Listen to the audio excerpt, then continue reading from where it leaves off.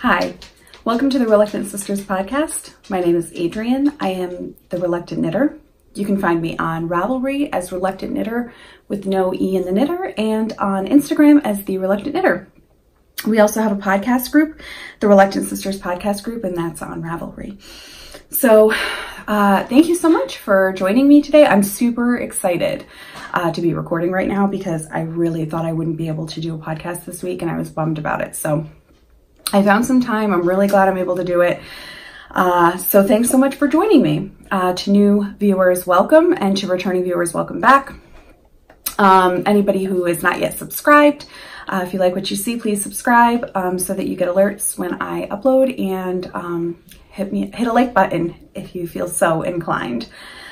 So, yeah, this is a knitting podcast all about my knitting adventures. That's the only really crafty thing I do right now. But yeah, so that's what it is. It's a weekly-ish podcast. My last podcast was actually my VKL vlog and haul.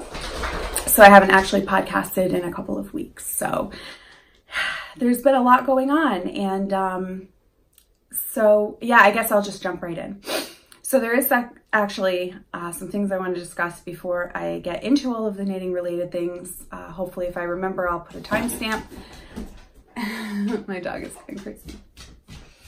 I'll put a timestamp when the knitting content begins, but this is something that's very relevant to what's going on right now.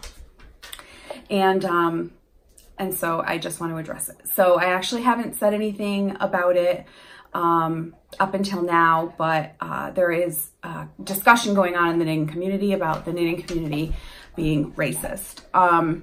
And so yeah, it's been a big discussion. There's been a lot of people sharing some really amazing information, some educational information, and it's been something that I've really been following very closely. And yeah, so I haven't said anything before, but the reason why I'm saying something now is because there was a recent video uploaded that I did watch. It was advised not to watch it. People of color, Black, Indigenous people of color were advised not to watch it as it could be very triggering. I did watch it. I wanted to know what was going on. And I think the biggest thing that I had an issue with was, I mean, there were lots of things I had issue with. I took issue, but I took particular issue with the fact that this person said that there was a silent majority that she was speaking up for. And I took it personally, as I think a lot of white people in the community did, because maybe they have been silent. They haven't shared their feelings on it for various reasons. And now they feel like this person is attempting to speak for them and are upset about it. So I'm going to speak up and say I am not of this alleged silent majority. I'm against racism in the knitting community. I'm against racism in every community. And I really am attempting to do my part in not being part of the problem. So yeah, so I take issue with the fact that she's saying that people are silent, are of the majority, and she's speaking up for them. I also take issue with the fact that she's calling it a majority. There's no proof of that. I mean, if that cannot be substantiated, that it is a majority feeling. As many people have brought up, there are not sides on this issue. There's no other side to the fact that racism is bad. The other side is that you think racism is fine. I mean, so I agree with that sentiment that there's no sides here. The one side is that racism in any community is wrong. And a lot of people in the knitting community are feeling that they're being, that the knitting community is racist and that they're feeling they're not getting equal opportunity. So that's it. That's the only side. So yeah, that word majority really bothered me because you have no way of knowing that. You have no way of substantiating that. And it bothers me when people say things that cannot be substantiated. Another thing that I took issue with was that she said, I just have some notes down here. Oh, she said that this was spurred on by an Instagram post and people were getting very violent about it. Lizzie, you can lay down right here. Come here. I have a bed over here. Lay down.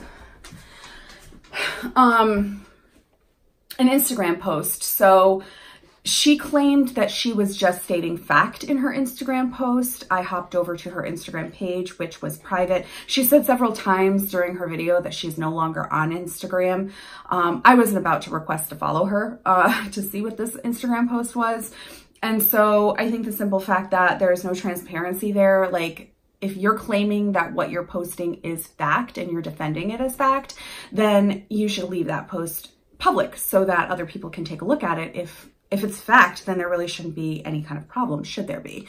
But clearly it's probably not fact. It's probably opinion, and a terrible opinion at that, which everybody has an opinion, right? Opinions are all, you know, whatever, are like armpits. Everybody has one. But you're going to get backlash when your opinion is terrible. And lots of people have terrible opinions. There's nothing, it's just the way it is. So anyway, yeah, that bothered me that I couldn't see what these alleged facts were to speak to them. Okay, so on to the knitting. What I'm wearing. So I'm wearing my Zweig sweater by Caitlin Hunter. And the two colors, so the solid green color is Miss Babs, which I got at Rhinebeck 2017, I think. And the contrasting color is Into the World, which I got at Rhinebeck as well. I am going to, all of my show notes are down below, and I'm going to link to my project pages so you can see what bases and everything. I think I put the size that I knit as well. So that's what I'm wearing. Okay, there are a couple of KALs, so some podcast news or podcast, whatever, administrati. We are running a couple of KALs in the podcast. So head over to the podcast group, the Reluctant Sisters podcast group, and check out the KALs that we have going on. So the first KAL is a sock KAL. It ran from January 1st to, it will be till March 31st. Whips are welcome if they were cast on after January 1st. And if you knit a striped sock, you may enter your finished object twice in the FO thread. So please make sure to do that so that you get the extra entry. That is the theme of the sock KAL, is striped socks. It has to be adult socks, non-shorty, and there's no limit. So however many socks you can knit in a couple of months, do it. Okay, and then the next one that I'm hosting, I'm actually co-hosting with Andrea of the Cat Lady podcast. It is the Fiber Fest Sweater KAL. So it is just a sweater KAL. You do not have to be going to a Fiber Fest to participate. However, if you do go to a Fiber Fest and you take a picture of yourself wearing that sweater at the Fiber Fest, you may enter that FO picture twice. So enter the FO picture from like your Ravelry project page or just a regular FO picture, and then post a picture of yourself wearing your sweater at the Fiber Festival. And so that'll gain you an extra entry. And it's a limit, so it's any adult sweater you can knit or crochet it, and it's a limit of 2 sweaters because most Fiber Festivals are 2 days. This is going on from January 1st until mid-November, I think November 15th. That is the last Fiber Festival I am aware of, which is New England Fiber Festival. If there is one after November 15th, please let me know and I will extend the deadline. I think that's all you need to know. All of the rules are in the Ravelry FO, the podcast group's FO threads. There are some prizes already. You can enter for the sweater one, you can enter in my thread and also in Andrea of the Cat Lady podcast thread. She already has her, she has already shown her prizes. I have yet to show my prizes because I don't have all of the pieces in hand. So there are going to be prizes. They're going to be good prizes. And as soon as I have the complete prize package, I will make sure to show it on the podcast and post it in the FO, post a picture in the FO thread. Any questions or comments, you can either post in the chatter threads or you can Ravelry message me. I've been trying to do a much better job of being on Ravelry regularly, or you can put some comments or questions down below the video. I do get alerts for that, so I respond pretty quickly to those. moving on. I have an FO. It has been an FO for a little while, but I haven't had a podcast to show it on. So these are my socks that I did for our sock KAL. So I'm just calling these twisted stitch socks. So they're self-striping yarn by White Birch Fiber Arts. And this is the Study in Peach, Mint colorway. So these are, I knit these toe up 2 at a time magic loop. I did an afterthought heel, and I did a 2x2 twisted rib. And then also when the stripe changed for the color, I did a left twist and a right twist respectively on either sock. So I need to take a finished object picture of these and put them on my Ravelry page, my project page. And then also there is a knit along going on. Barbara of the Flame and Fiber podcast, and I think she's co-hosting it, is like a knit your stash. So it's anything that you knit from your stash from not from this year. So if you bought the yarn this year, it doesn't qualify. But anyway, I bought this last year. So I'm going to enter it into that. And now that I said that, I forgot to mention that you may multi-dip in my KALs with any other KALs that you choose. So don't let that deter you. And I wouldn't even know how to check that. I mean, I guess there must be a way to check it if somebody has entered it into another KAL, but I won't be checking because it's allowed. So there you go. I think that's all I need to say about that. Knit these on US size 1, 2.25 millimeter needle. And there we go. Cool, cool, cool, cool, cool. This was also the, I guess that's not all I want to say.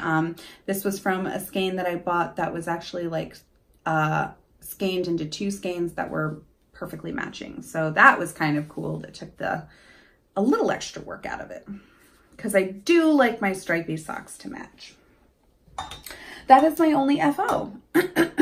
Okay, so I have a couple of whips, 3 whips to be exact.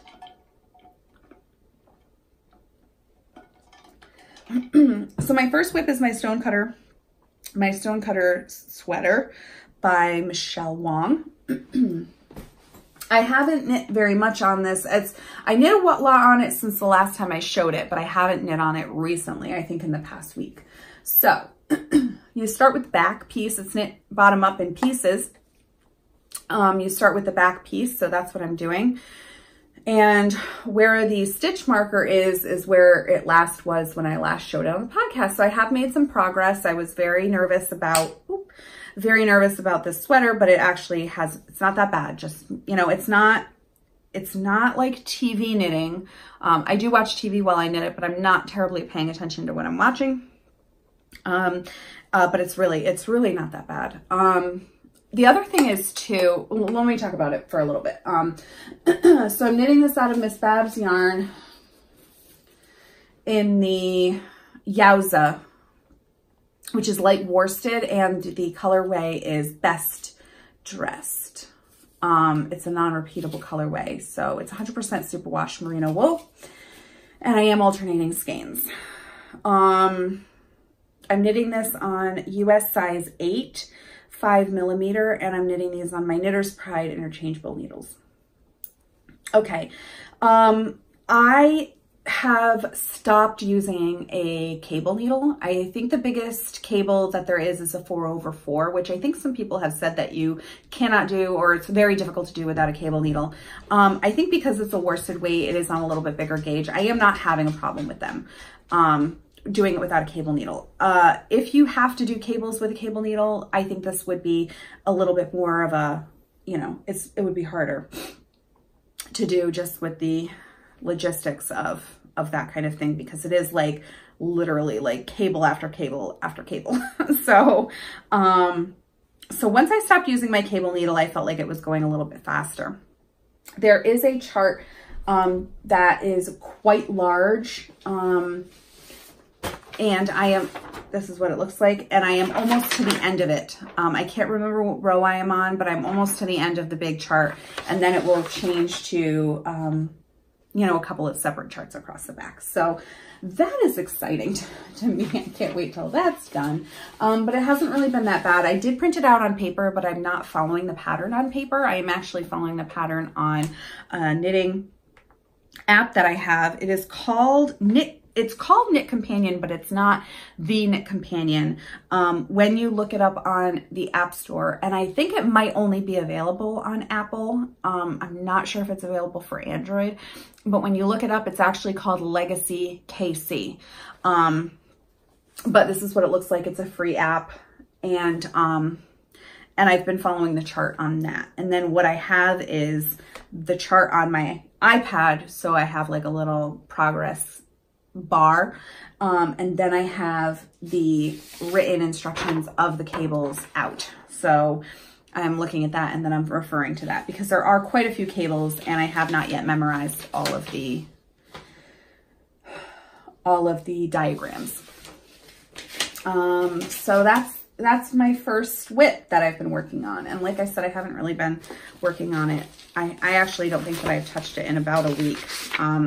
This is going to be my Rhinebeck sweater, so I don't have a looming impending deadline for it. So I did actually cast on a new WIP that I have not showed you yet.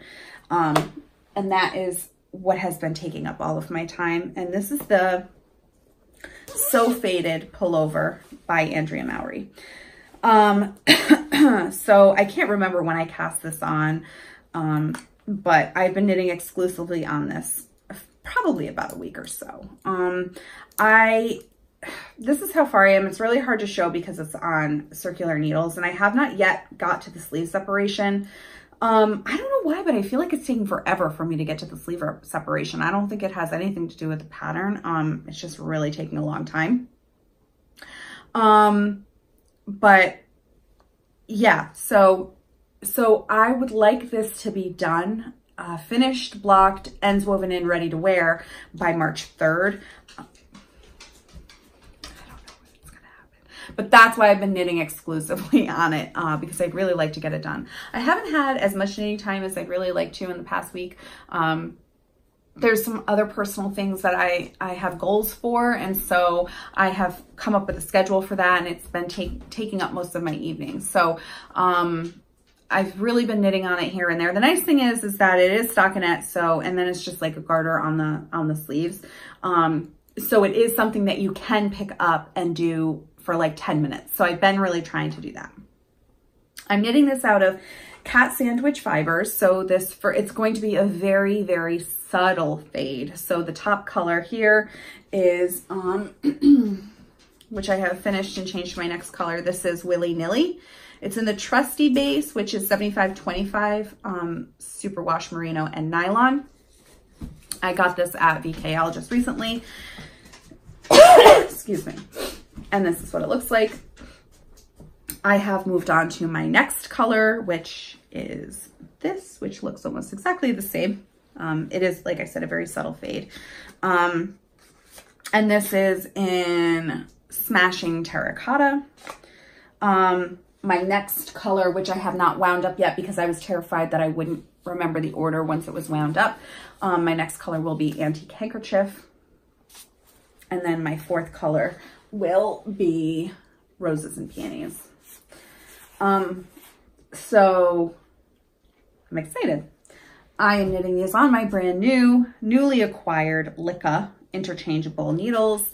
I knit the swatch. So the swatch is for In the Round. It's taken for In the Round. So I knit this on the needles I would be using, Magic Loop, and it came out really, really tight. Not really tight. That's an overstatement. So I think the recommended gauge is 24 stitches to 4 inches knit in the round, and I got 27. But I am actually knitting looser now that I'm on like actually In the Round and not on Magic Loop. So I actually didn't change my needle size. I'm knitting this to be with no positive ease. So the pattern states that it's optimal between -2 inches negative ease and 2 inches positive ease, anywhere in between.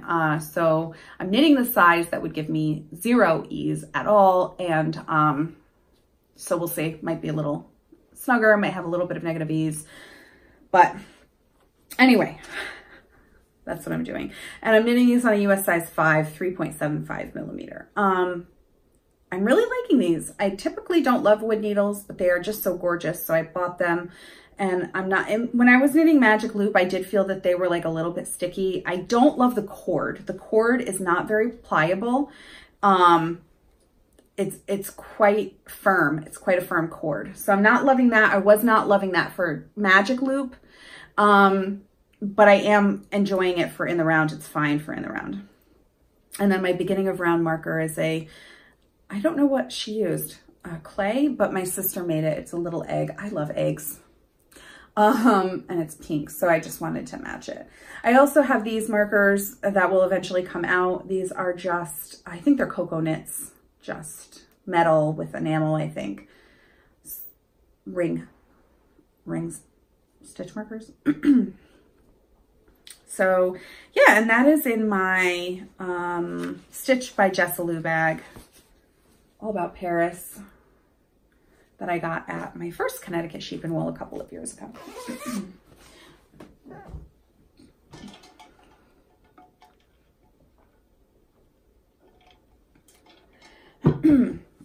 My last whip. This is, I'm calling them vanilla socks. They're not really vanilla, but vanilla-ish for my husband. This is in my Fawn and the Fox bag.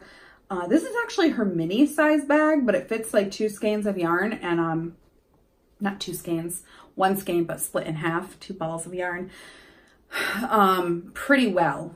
And I really like it. And I think this was called Field Journal, and I think it's so cute. It's one of my favorite bags. But anyway, this is also out of White Birch Fiber Arts that I got at Rhinebeck 2018, and it's 80% superwash merino, 20% nylon, and it's in the Express Yourself color, self-striping. So I am calling these vanilla, but what I'm doing is a purl ridge when the color changes. So actually what I'm doing is when the color changes, I knit around stockinette with the color change, that first row of the color change, and then the next row I do a purl ridge. And that's because I don't like when you purl right at the color change. I don't like the bottom half of the purl bump being one color and the top half of the purl bump being another color. I don't like that look. So I'm not doing it that way. I'm knitting these 2 at a time, toe up with a rounded toe, Magic Loop, US size 1. It's my formula for socks. And these are on my carbons, which I really like. And they were on another whip for a long time, so I just reclaimed them. I think I finished the whip. I'm so sorry, my cuticles are so bad. I'm kind of like a little bit particular about my nails. And I didn't have a chance to change my nail polish. They're really grown out, and I have very dry cuticles, and I'm sorry. None of you probably care. I'm particular. It's my thing. And I have my little stitch. I don't really need it. This indicated when I was doing the toe, it indicated what was the back of the sock, but I just left it on because it's so cute. But it's my little Great Dane stitch marker by Wee Ones. I think they're on Etsy. I got this at New England Fiber Festival, but I think she wasn't there. I don't think the person who makes them, but was vending at someone else's booth at VKL. So it matches my Lizzie girl. That's that. So that's all my whips. I don't have any procurements because I went to VKL and spent all of my money, and isn't that enough? So if you want to see some recent procurements, you can go back to my VKL haul and check them out there. So what I'm watching, I'm actually not watching anything new knitting related. I don't really want to mention all of the other ones that I watch. They have a lot of viewers. Not that I don't want to mention them because they don't have a lot of because they have a lot of viewers, but I like to mention things that other people might not know about. So my general rotation of knitting podcasts is the Knitting Expat, which I'm sure you guys know, Mina of the Knitting Expat, Amy of Stranded Podcast. I watch Fiber Nymph. I watch, I'm trying to think of Naughty Knitwits I watch. So you guys, I mean, I can mention them, but you probably are already aware of them. So if there is a podcast that is new or doesn't have a ton of viewers yet or needs a little bit of support, please let me know. Suggest it to me because I'm always looking for new podcasts. And yeah, so I don't really have anything new that I've been watching. Non-knitting watching, I just recently watched the Netflix original film Abducted in Plain Sight. Yeah, that was cuckoo. It was very cuckoo. If you have not seen it and you like cuckoo true crime, watch it. It's about this girl who was abducted twice out of her home by a family friend. And this person who abducted her was master manipulator, manipulated literally everyone in the family. And every corner you go down is like, what? Wait, what? It's wild. It's really wild. Yeah. That's that. So watch it if you're into really wild cuckoo true crime. It's crazy. Abducted in Plain Sight. What I'm listening to. I'm not really listening to anything. Well, that's not true. Shiny Bees podcast is an audio podcast that I got off of Apple Podcasts. Shiny Bees. And Amy from the Stranded Podcast a couple of episodes ago was talking about Knitting Elite, talking about yarn snobbery, and she referenced this older episode of the Shiny Bees podcast about yarn snobbery, which I listened to and thoroughly enjoyed. I will try to put a link down below where you can find that episode. And I don't think that she has come out with any new episodes since I listened to that one. So I can't say that but it's a knitting podcast, what I've listened to, worth mentioning. And then what I'm listening to, not knitting related, I am still trying to get through Cold. It's a slog, let me tell you. I don't love the narration, but I kind of am of the thought, it has to be really, really crazy for me to like not finish it. Like I've already started it, let me just finish it. One thing that I started watching that is not knitting related was the assassination of Gianni Versace, which is also on Netflix. It is part of the American Crime Story series, which the first season of that was the O.J. Simpson one, which I adored. It had Cuba Gooding Jr. in it, and Sarah Paulson, and I think I watched it twice. I adored it. This one I started watching and it was very intriguing, and then the person who assassinated Gianni Versace was a serial killer. And it portrayed one of his first murder. Well, so it's like sexually sadistic, and it was his first murder. It kind of backtracked. So it shows Gianni Versace's, and then it showed the one before, and then the one before that. And then the one that I just recently watched was the first one, and it was extraordinarily violent. So I have not continued watching it. I kind of feel like, oh, I should finish it. I don't really want to finish it. No, I mean, that's just me personally. I can stomach quite a few things. That is kind of like, wow, I can't believe I can deal with that. But this was just, I mean, it was just really, really, really violent. And a lot of times, so Netflix is a lot like when HBO and Showtime first came out, and it was paid for cable programming, and they really pushed the envelope because it wasn't like basic cable, or it wasn't something that was open to the public. You had to pay for it. So it really pushed the envelope. And I feel like Netflix has now veered into that realm of these Netflix original, whether it's a series or a movie, they really push the envelope because you pay for it. So, and you can't show it on cable. So let's just do it all. And I'm just, I'm not comfortable with extremely violent. And it kind of just really, really creeped me out. So I stopped watching it. I know this is like on a tangent, and I will get back to Cold in a second. But the other thing I watched was the Ted Bundy tapes, which took me a really long time to get through because it was really kind of freaky, and I only could watch it in the daytime. But I did get through that, and it wasn't really gory or any, like, it did show some pictures and stuff. And I think just him in general is just super, super creepy person. So that's why it creeped me out. But the assassination of Gianni Versace, kind of just as every episode went on, it got like worse and worse and worse. And I'm like, So I finished watching that, but it might be something that you're interested in. So check it out if you'd like. And like I said, I loved the O.J. Simpson one. It was just really good. Okay, so cold, what I'm listening to, cold. This is how I got off on this tangent, is that I am of the thought of I might as well finish it. I'm already in it. Can't remember what episode I'm on. 8, 9, I don't know.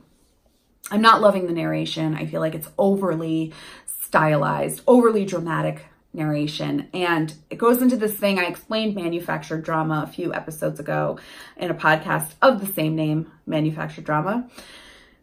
And I feel like this is heavy. This is really heavy on the manufactured drama. And a couple of episodes, I talked a specific example about it. But with this podcast, and this is just personal opinion. If you love the podcast, cool. Okay, so we all know the end story. They never find Susan's body. That's not a spoiler. This is a real true crime. So if you are aware of the true crime, they never found Susan's body. When they are explaining the search for Susan's body, they are manufacturing the drama in such a way to try to get you in suspense of, what is this? Is this a breakthrough? It's not a breakthrough. They don't find her body. And that is annoying to me. They like searched this house and they found this pile of something that could only be described as biological matter. They scooped it up with a shovel and put it on a piece of plywood and poked at it. And after testing, it was excrement and animal remains. Well, thanks for the unnecessary buildup. And I should have known better because you don't find her body. I know that. I know the end of the story. I'm in the future. You don't find it. So it's a slog. I mean, it's a real slog. There are some things that are interesting to me though, so it's not totally like wasted time. I mean, when they found her journals, Josh her husband, never gave her journals back to her family who wanted them. He gave her journals to his dad. What? That's wacky. That's real wacky. And then his sister like wears a wire to try to get him to confess. And that is like crazy. She gets nothing. And that was disappointing to me. I was hoping that they got a little something, but nothing. Sorry if I'm spoiling this for anybody. There was one other thing that I thought was like, oh, I'm on the episode, if you've already listened to it, I'm on the episode where they find Josh's dad's website of his music. And they play part of one song, and it is weird. Now, art is very subjective. Some people love a certain type of art, and some people hate a certain type of art. Some people love one kind of music, and another person will hate that kind of music. This song was weird, and I'm really sorry if I'm offending you if you really like the song, but it was strange. So I think that actually... that actually is kind of, once I finish the episode, the podcast, I'll give like a formal like thumbs up or thumbs down. If you're waiting for me to finish it, which you're probably not. You've probably already listened to it or are in the process of listening to it. And my opinion doesn't affect whether or not you will. But I think on that alone, like if you're intrigued by just weird people, this will definitely satisfy that because it's weird. But anyway. That's where I am in cold. And you probably, unfortunately, will have a few more episodes of me talking strangely about this strange podcast. So I'm sorry for that. That's it. I mean, I am doing a segment called What I've Googled, but I didn't really Google anything super interesting. But I did Google it, so I guess I'll talk about it. My friend, a week ago, she is allergic to peppermint. She's allergic to peppermint. And so I was in a group of friends and somebody was sharing something and I think it had mint in it. And so a lot of times we see this flavor, just mint. It's mint flavor. Mint really refers to all of the species of mint, which is like spearmint and peppermint and all the other kinds of mint. Sorry. But anyway, I wanted to know, what is mint when we have this mint chocolate or this mint gum that's just mint? What is it? And so I Googled it, and Unspecified mint flavoring, if you so care to know, is usually a peppermint dominant mint blend. So it's a blend of different mints, but it's peppermint dominant. So if you are allergic to peppermint and you see a flavor just called mint, it usually is dominant in peppermint. So don't eat it. That's it. On that note, I hope you enjoyed this podcast. I know that I'm a little kooky. I hope I had some relevant things to say that you've enjoyed listening to. If not, that's cool too. There is no shortage of podcasts in this world, knitting podcasts, and if you don't like mine, I'm sure you'll find another one that you do like. I hope that you did like it. If you did, subscribe, click like, and I will catch you next time, hopefully in a week. See ya.